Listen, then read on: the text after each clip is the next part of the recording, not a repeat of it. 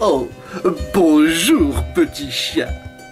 Je ne m'attendais pas, en me levant ce matin, à trouver devant ma fenêtre et dans mon jardin des visiteurs importants. Dites-moi, j'aimerais vous demander, mais qu'êtes-vous en réalité? Demanda Katy. Mais je suis un sauterelle, enfin, mi-bouc, mi-lutin. Vous cherchez la grotte gelée? Mais c'est parfait. Nous les sauterelles en connaissons l'entrée. Si vous le désirez, je peux le chemin vous montrer. Tu ferais ça? Ben oui, évidemment. Suivez-moi, je vais vous montrer la voie. Ce lutin a l'air étrange, ne crois-tu pas? Demanda l'ours. Oui, tu as raison, je pense. Il ne m'inspire pas confiance. Il serait sage dans ce cas, ami écureuil, de le garder pour le moment à l'œil. Vous regardez quelque chose? C'est une question que je me pose. Non, tout va bien, ami lutin. Oui, tout va très bien. Montre-nous donc le chemin. Mais dans ce cas, très bien. Suivez-moi, les copains. Ceci n'est pas un traquenard. Vous pouvez me croire. Ainsi guidés par l'étrange sauterelle, Katy, l'ours et l'écureuil partirent en direction de la grotte gelée.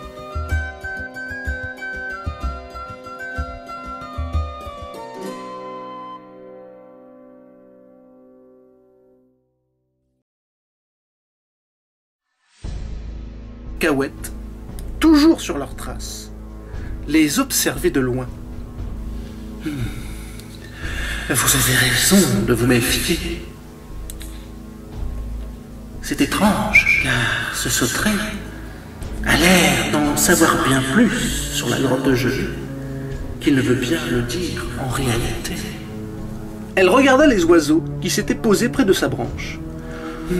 Petit oiseau appétissant, puis-je vous conseiller de garder un œil discret sur ce sauterelle.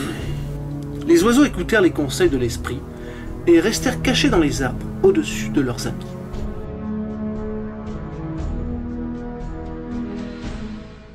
Le chemin était long jusqu'à la grotte.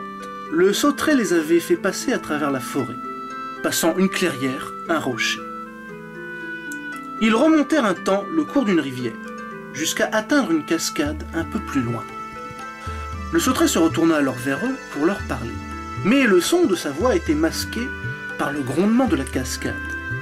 En effet, l'endroit était si bruyant qu'aucun son, fût-il puissant, n'arriverait à passer au-dessus du grondement assourdissant de cette cascade. Devant leur incompréhension, le sauterelle les invita à le suivre. Il passa derrière la cascade et disparut derrière le mur d'eau. Katy, qui était téméraire, lui emboîta le pas et disparut à son tour. L'ours et l'écureuil, quant à eux, hésitaient à avancer. L'ours, parce qu'il n'aimait pas se mouiller, et l'écureuil, car cela l'inquiétait. Finalement, Katy passa la tête hors de la cascade et les regarda d'un air insistant. Alors, non sans appréhension, l'ours et l'écureuil passèrent derrière le mur d'eau. Au-dessus d'eux, cachés dans les feuillages, les oiseaux observaient la scène. Que faisons-nous maintenant? Nous n'allons pas entrer là-dedans. Non, mes petits encas. Restez donc perchés là. Guettez le retour du sauterelle. Je me charge d'enquêter à son sujet, leur dit Cacahuète. Sur ces mots, elle disparut dans les feuillages. De l'autre côté de la cascade se trouvait une sombre grotte, suffisamment large pour que l'ours puisse y glisser, mais si sombre qu'il était impossible d'en voir le fond. Le grondement de la cascade résonnait si fort à l'intérieur qu'il leur était impossible d'entendre le moindre autre son qui leur permettrait d'évaluer leur environnement. Mais le sauterelle, qui avait de bons yeux, parvenait à s'orienter parfaitement dans l'obscurité de la grotte. Le bougre progressait rapidement, et Katie, l'ours et l'écureuil devaient accélérer pour ne pas le perdre de vue.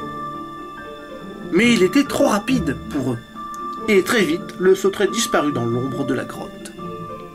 Après quelque temps d'errance dans le noir, le grondement de la cascade se faisait de plus en plus sourd. En tendant l'oreille, elle entendait les pas lourds de l'ours et les petits pas légers de l'écureuil. Mais pas les bruits de sabots du sauterelle. C'est étrange, se dit Katie. Grâce à mon ouïe, j'arrive à entendre tous les bruits. Les bruits de pas de mes amis, même les cailloux et les pierres, qui de la voûte tombent par terre. Mais... Qu'y a-t-il, petit chien? Tu n'as pas l'air bien, demanda l'ours. Les sabots du sauterelle. Je n'arrive pas à les distinguer. J'ai peur qu'il lui soit arrivé malheur. Ou alors, ce bougre troubadour nous a joué un vilain tour, répondit l'écureuil. Je savais, je m'en doutais. Nous ne nous sommes pas assez méfiés, et voilà le résultat. Il nous a perdus dans cet endroit. Mais nous ne sommes pas si perdus que ça. Il nous suffit d'aller tout droit, ou de retourner sur nos pas. Ainsi, nous sortirons de là, dit Katie. Katie, l'ours et l'écureuil firent alors demi-tour en direction du bruit de la cascade. Mais alors qu'ils avançaient, le grondement continuait à diminuer. Ce n'est pas normal. Si nous avancions vers la cascade, le bruit devrait se faire plus fort. Pourtant, il diminue encore. Ils firent alors à nouveau demi-tour, mais le grondement continuait de s'estomper. Puis, il disparut complètement, plongeant nos amis dans le noir et le silence.